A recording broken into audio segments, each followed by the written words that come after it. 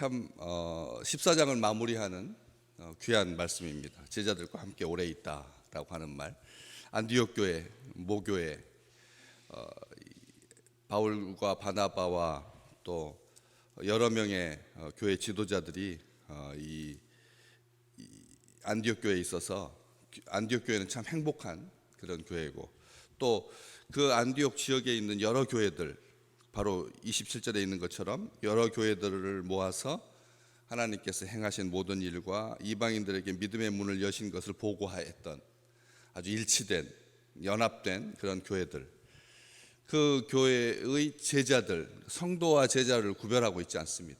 우리는 제자 훈련 받아야 제자고, 제자 훈련 안 받은 사람은 성도고, 이렇게 구별되어 있지 않죠. 그다음 모두가 다 주님의 제자이고 주님의 백성이고, 그래서 따로 구별하지 않습니다. 제자들과 함께 오래 있었다. 어설픈 제자들은 빼고 신실한 제자들만 이렇게 되어 있지 않습니다. 제자들과 함께 오래 있었다. 전혀 구별이 없고 차별이 없고 모두가 다 주님의 제자로 하나님의 나라를 위해서 헌신하고 있는 그런 주의 백성들이라는 거죠. 우리 모두에 대한 온전한 정체성인데, 그 선교사들이 2년 동안의 1차 전도 여행을 마치고 모교에 와가지고 제자들과 함께 오래 있었다. 그러면 우리는 뭘 염려하냐면 또 자기 편 만드는 거 아닌가, 그래서 사람 빼내가는 거 아닌가. 참 병든 생각이고, 그리고 하나님께서 그런 생각을 목적으로 성도를 주지 않았을 텐데, 우리는 실력 있고 능력 있고 최고였던, 정말 그 지도자들 중에서 존경받았던 두 사람을 선택하여서 선교사로 파송했으니까, 그 선교사들이, 파송된 선교사들이 와가지고 무리를 이끌고 나가서 교회를 분리개척하고, 이런 생각이 왜 우리한테는 드는 걸까요? 그 교회는 그런 게 교회의 본질이 아닌데 많은 사람들이 그런 것을 염려하죠. 도대체 선교사가 와서 얼만큼 오래 있으면 제자들과 함께 오래 있었다라고 누가가 썼을까? 왜 기간을 안 쓰고 오래 있었다라고 하는 그런 말을 할까?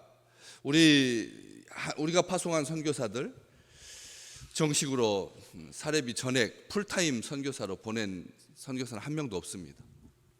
다른 교회에서 주로 메인으로 파송하고, 다른 공동체에서 메인으로 파송하고, 기관당 기아대책 이런 선교 단체에서 파송하고, 우리는 거기에다가 월 10만 원씩, 1년에 한 120만 원 정도 그렇게 지원하죠.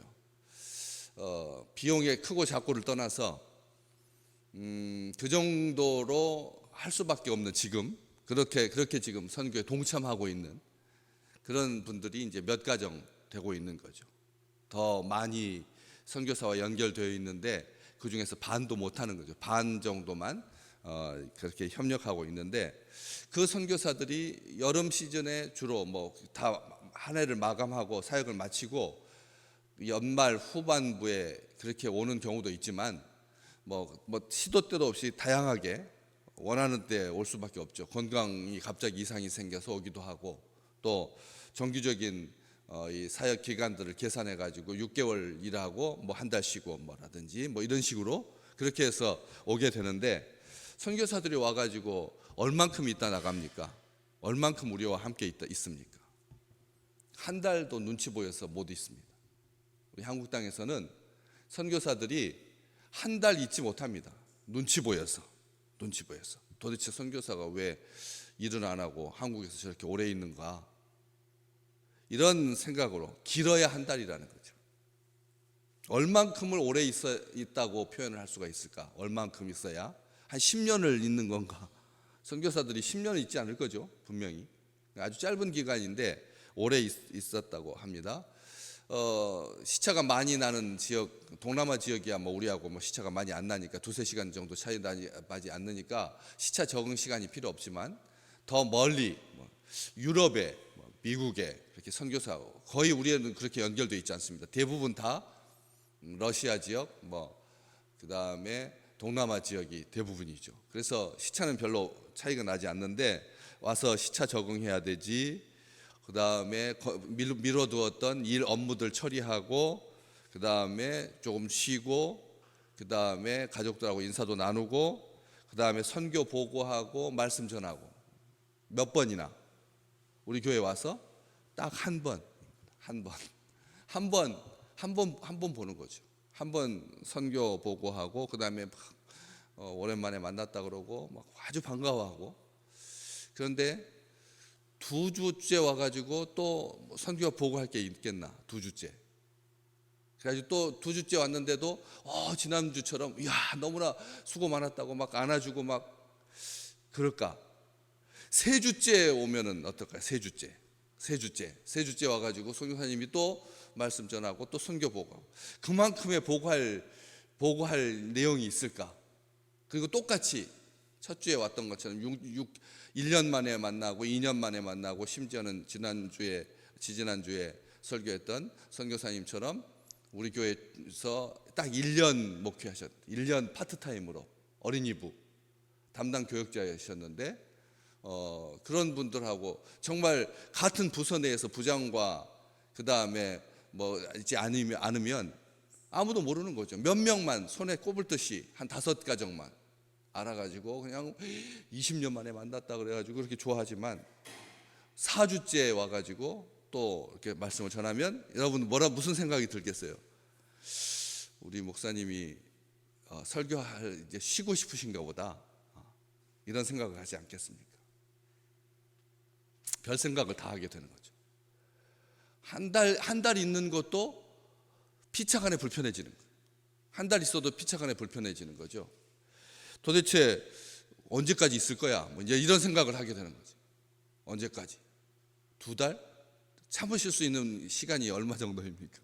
2달까지는 참아주실 수 있겠습니까? 3달은요? 중병이 걸려가지고 병원에 입원해 있는 경우가 아니면 오래 있다라고 하는 것 자체가 불가능한 시스템 자체가 우리나라에서 선교사들에게 그렇게 시간을 주지 않습니다. 안식년, 안식월 해가지고 선교사들은 딱딱 줍니다. 그렇지만 그러니까 그저 그렇게 기계적으로 물리적으로 그런 시간을, 힐링의 시간을, 자기 정비의 시간을, 2차 전도 여행을 위한 준비 시간을 그렇게 갖게 되는데, 성경 학자들은 그 바울과 바나바 1차 전도팀에 그 오래 있었던 그 기간을 1년이라고, 길어서 1년이라고 지금 그렇게, 그래서 오래라고 한 겁니다. 1년이라고 하는 1년 정도 있었는데, 그때 이제 바울은 첫 번째 편지 갈라디아서를 쓰게 되는 거죠. 자기가 갈라디아 지방을 다녀왔으니까, 갈라디아 지방을 다녀왔기 때문에 갈라디아를 썼을 거다. 힐링하고 회복하고 또 고향에도 다녀오고, 유수한 대학 도시였던 그런 다소라고 하는 그 고향에도 다녀오고, 이 수리아 안디옥에서 조금만 더 가면 되니까 고향에도 다녀오고, 그래서 성도의 교제를 나누고 가르치고 함께 먹고 마시고 쉬면서 어서 갔으면 빨리 가지, 이런 생각 들지 않았다는, 함께 오래 있었다라고 하는 그 말에는 그런 모든 인간적인 생각을 다 떨쳐버리는, 배제하는 그런 표현이 담겨 있습니다. 쫓기듯이 실증나서 함께 있으면 흠이 드러나고 그렇잖아요. 멀리 떨어져 있는 게 아름다운 꽃이지, 가까이 가서 보면 가시도 보이고 그리고 벌레도 보이고 또 썩은 꽃잎도 보이고 그렇지 않습니까? 멀리 있으니까 안 보이는 거죠. 그게 아름다운 관계다. 적당한 거리를 두는 거. 우리가 다 살아봐서 압니다. 함께 있으면 불안한 사람이 있거든. 함께 있으면 실수할까 봐, 그 사람이 실수할까 봐, 또 나도 실수할까 봐, 그래서 불안해지는 그런 관계가 아니었다는 거죠. 사랑하는 관계, 스승과 제자의 관계, 제자들과 함께 오래 있었다라고 하는 말은 두 분이 스승이었다는 말입니다. 참된 스승은 우리 주님이시고, 우리 주님께서 이 스승, 고린도 교회에 바울이 편지했던 것처럼 왜 이렇게 교회가 다툼이 많고 분란이 많은가? 1만 스승은 있지만 그리스도 안에서 아버지의 심정을 가진 스승은 없었기 때문이다.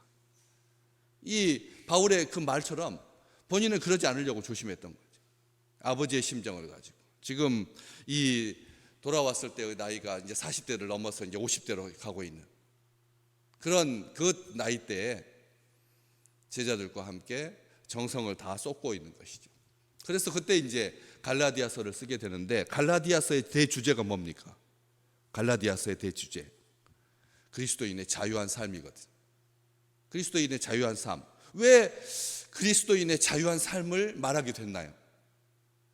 종교의 힘을 빌어서 사람들을 부자유하게 하는, 종교라고 하는 명분으로 다른 사람들을 통제하는 수단으로 썼던, 그래서 복음이 변질되고 사람들을 꼼짝달싹 못하게 하는, 많습니다. 의외로 많습니다. 우리가 그 권위의 부재 시대를 살다 보니까 잔소리 듣기 싫어하잖아요.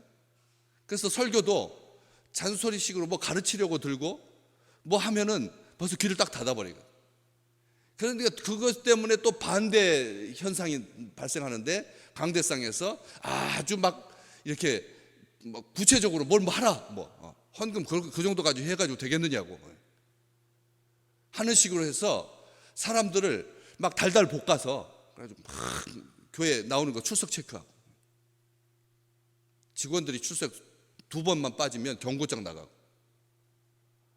하면 어때요? 그러면 기분이 막 산뜻한가요? 그래서 막 전 직원들, 우리 교회 직원들만 해서 150명이 넘으니까 직원들만 새벽기도 나와도 뭐 여기서 못 드리는 거죠. 이제 이렇게 막 다그치는 쪽으로 묘한 매력을 느끼는, 이게 나쁜 남자 신드롬이거든요. 아시잖아요. 그렇게 가지고 억지로 하는 것, 순간적인 눈에 보이는 사람들의 숫자는 증가할 수 있으나 길게 봤을 때 그것은 건강한 관계가 아닌 거잖아요. 자녀들 몇 살까지 10시 저녁에 돌아오는 것을 체크하십니까? 몇 살까지요? 언제까지요? 그렇게 어떤 시스템과 규정에 의해서 자기의 행동이 결정된다면 그것은 미성숙한 증거죠. 저는 한 번도 우리 성도들에게 직원이니까 이렇게 출석을 체크하고 헌금 11조 생활 쫙 보고, 과연 이게 정확하게 11조 계산한 겁니까? 어디까지 11조를 뭐까지, 상여금까지 보너스까지 11조로 넣어야 됩니까? 하면서 이렇게 규정하고 이렇게 다그치고 한 적이 없었던 것 같습니다. 제 스스로도 저는 그런 걸 싫어하니까. 자유로운 상태, 정말 사랑하는 마음으로, 정성을 다하는 마음으로 하지 아니하면 모든 것이 율법이 될 수가 있으니까. 율법이 될 수가 있으니까. 이 율법이 왜 율법입니까? 옴짝달싹하게 하지 못하게 하고 하나님 안에서의 자유로운 삶을 아주 힘들게 만드는. 예수 만난 뒤에 바울은 어떻게 변했습니까? 이름이 변했는데요. 사울에서 바울로, 아주 큰 자라고 여겼던 자가 주님 안에서 나는 작은 자입니다, 바울로 변했는데, 인격이 변했습니다. 새 사람이 되었습니다. 그렇기 때문에 성령 하나님은 비인격 존재가 아니고, 하나님은 우리의 자유로운 삶을 살게 하시는 인격적인 하나님이다라고 하는 것을 알기에 억누르지 않았다는 거죠. 우리를 해방시키신 하나님 앞에서, 자유케 하신 하나님 앞에서 옛 전통을 고집하던 자들이 교회를 찾아다니면서 바울에 대해서 바울의 권위를 부정하고 옛 방식을 강요하고 규칙과 규정을 들먹이면서 사람들을 틀 속에다가, 울타리 속에다가 자꾸 가두려고 하는, 자유의 삶을 포기케 만드는, 이것에 바울이 굉장히 분노합니다. 그래서 갈라디아를 쓴 것입니다. 거침없이 말하고 있습니다. 그것은 어리석은 짓이라고. 옛 방식으로 초등학문으로 돌아가지 마라. 어쩔 수 없이 막 얽매여 가지고 끌려서 다니는 신앙, 만약 원했다면 우리 주님께서 사람들에게 자유의지를 주셨겠느냐? 그렇잖아요.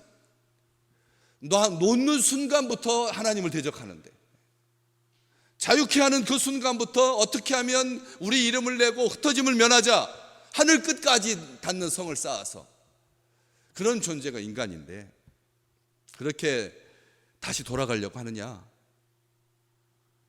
수고하고 애쓴 모든 것이 다 허사가 되고 만다. 갈라디아서 한번 다시 읽어보십시오. 3장에 그렇게 기록되어 있습니다. 그런 모든 수고가 헛것이 되고 만다. 주님께서 주시는 짐과 멍에를 버리고 실증을 내고 자기 인생의 짐은 아무것도 아닌 것처럼 자기 인생 짐 지고 나가는 사람 그렇게 많지만 결국은 그 짐이 수고하고 무거운 짐이 되어서 결국은 주님의 짐도 지지 못하고 자기 짐도 지지 못한 채 포기하고 절망하고 낙심하게 돼서 멸망의 길로 갈 수밖에 없다. 우리 주님께서 하신 말씀인데요.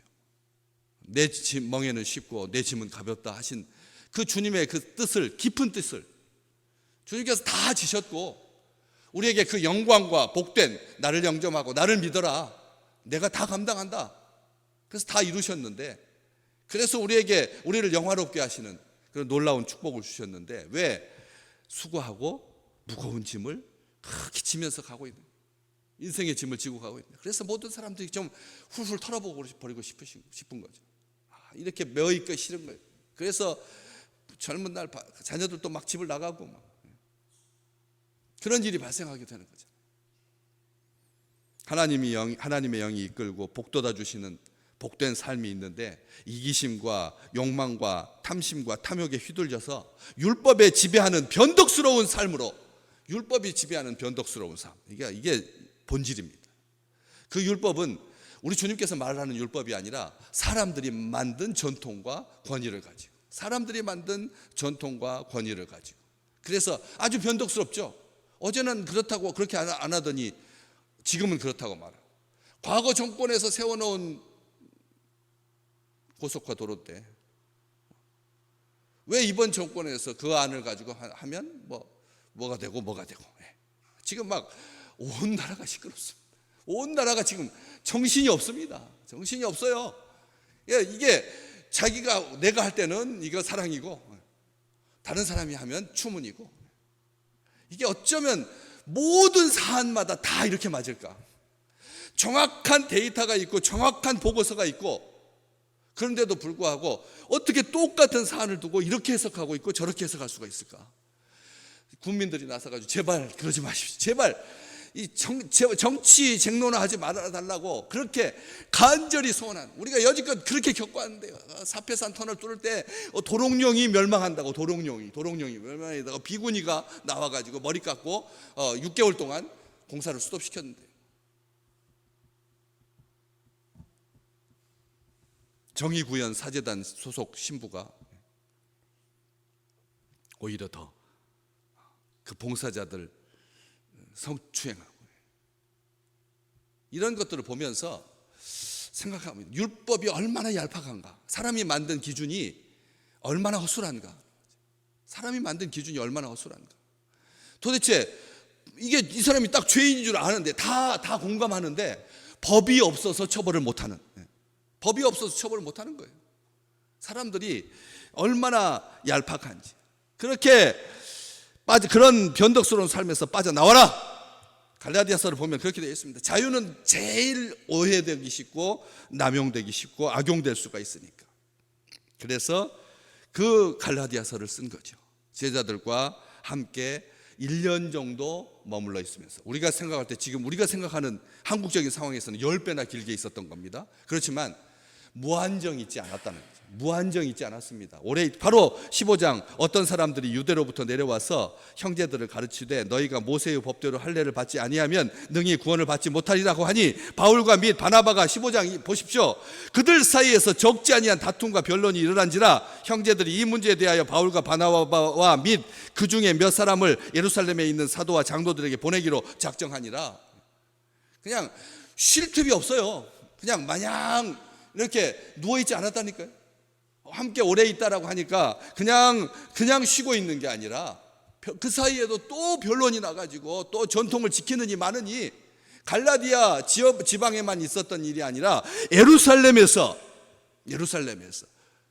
교회가 시작된, 우리 주님께서 함께 계시는 시온성에서, 교회에서 이런 난리가 나가지고 그들이 교회의 존송을 받고 파송을 받아서 예루살렘에 이르러서 이제 이것을 정리하느라고 이런 일들을 그냥 마냥 쉬고 있지 않았다는 것입니다. 또다시 또 사역으로 그러니까 주님의 일을 감당하다 보면 이렇게 좀 쉴 수 있는 시간이 얼마나 돼요? 좀 쉴 수 있는. 제 개인적으로 봐서 주일 오후부터 월요일 날 저녁까지 요 정도가 제가 정말 손 딱 놓고 쉴 수 있는 최고의 월요일 저녁 시간이 제일 행복한 시간입니다. 편안한 시간입니다. 행복한 시간입니다. 제자들과 함께 오래 있을 수 있는 시간입니다. 1시간, 1년 동안 그렇게 한 다음에 두 사람은 또다시 사역을 감당하기 시작합니다. 이 믿음에 머물러 있으라. 제자들의 마음을 굳게 하여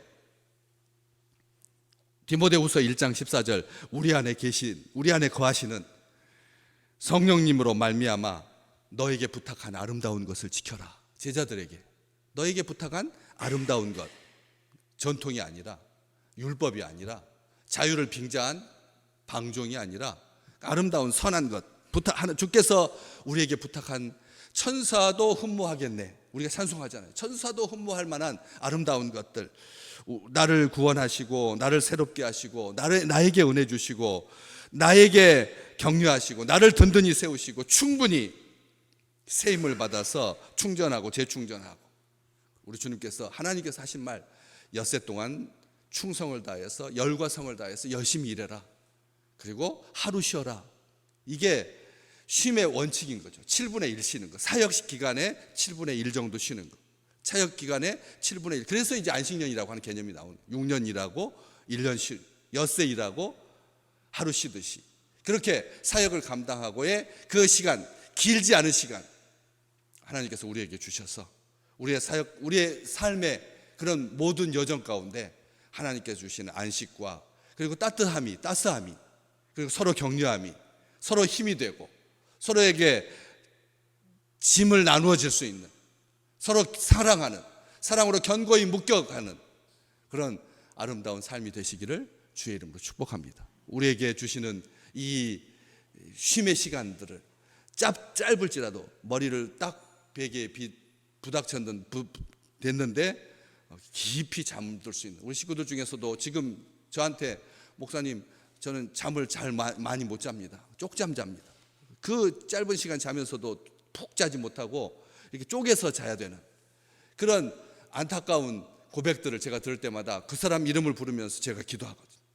정말 하나님께서는 저에게 은혜를 주셔서 그냥 딱 뉴스 끝나고 딱 자면 4시 반에 딱 일어나게끔 하나님께서 그렇게 저의 건강을 지켜주시는 것처럼 우리 식구들에게도 불면증이라고 하는 말은 배부른 소리가 되시기를 불면증이라고 하는 말은 배부른 소리가 되시기를 진정 하나님께서 사랑하는 자에게 단잠을 주셔서 잘 자고 그래서 그냥 딱 15분 정도 낮에도 눈을 붙였는데 하나님께서 아주 개운하게 하셔서 마치 새날 맞은 것 듯이 눈도 선명해지고 관계도 선명해지고 하나님의 은총도 더해가는 아름다운 삶이 되시기를 주님의 이름으로 축복합니다.